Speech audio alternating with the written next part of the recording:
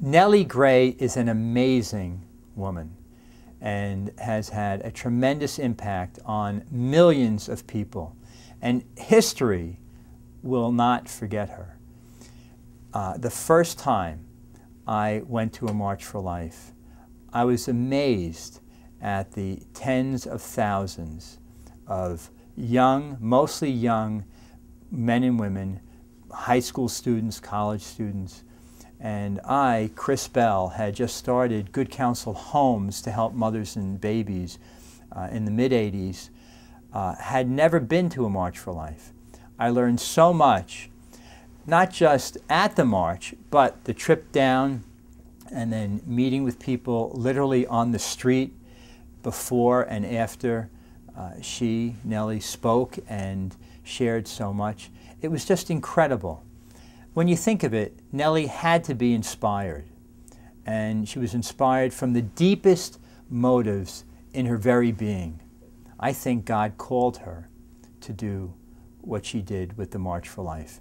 And she kept it very simple. She was very simple. She gave up her job as a government employee and just dedicated herself not to the march per se, but to trying to end abortion in America. And the march was and still is a primary vehicle for bringing thousands, and now I think it's well over 100,000 people each year to Washington, D.C. to stand up for life, to walk for life, to learn from each other, to encourage one another, and to then go out and every day of the rest of the year to continue to fight and to act on behalf of the unborn, to help mothers, to help fathers, to help those who are suffering after abortion.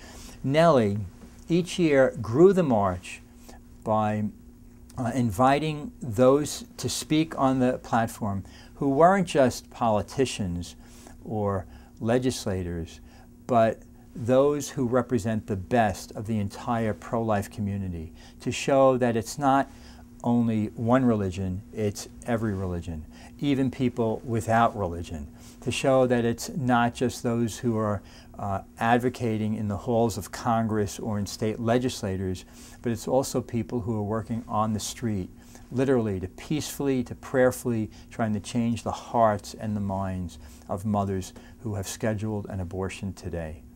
And the second March for Life I went to, I should say, it was a horrible blizzard. I think it may have been the worst blizzard ever on January 22nd in Washington, D.C. And you know what? She was there.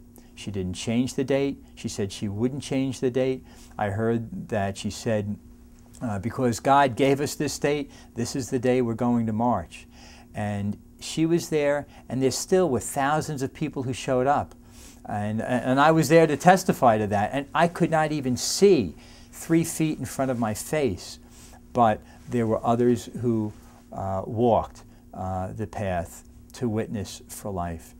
And Nellie, who herself led a very simple and deeply prayerful life, only had one hope, and one hope she worked for in her life, and that was to end abortion.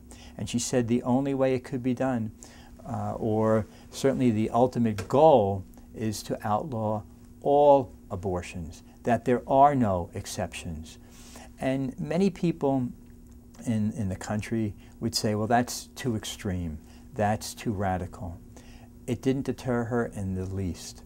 And I think that that faithfulness, that simplicity, was blessed by God, and it was shown to us by the tens of thousands of people who come to Washington to learn, to advocate for the unborn, and to march for life.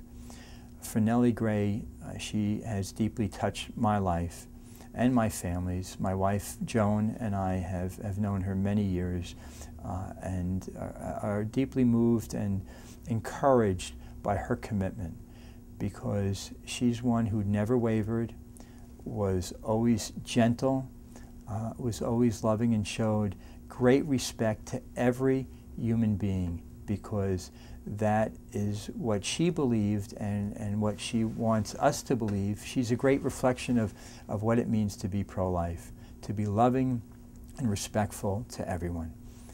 Thank you, Nellie, and God bless you.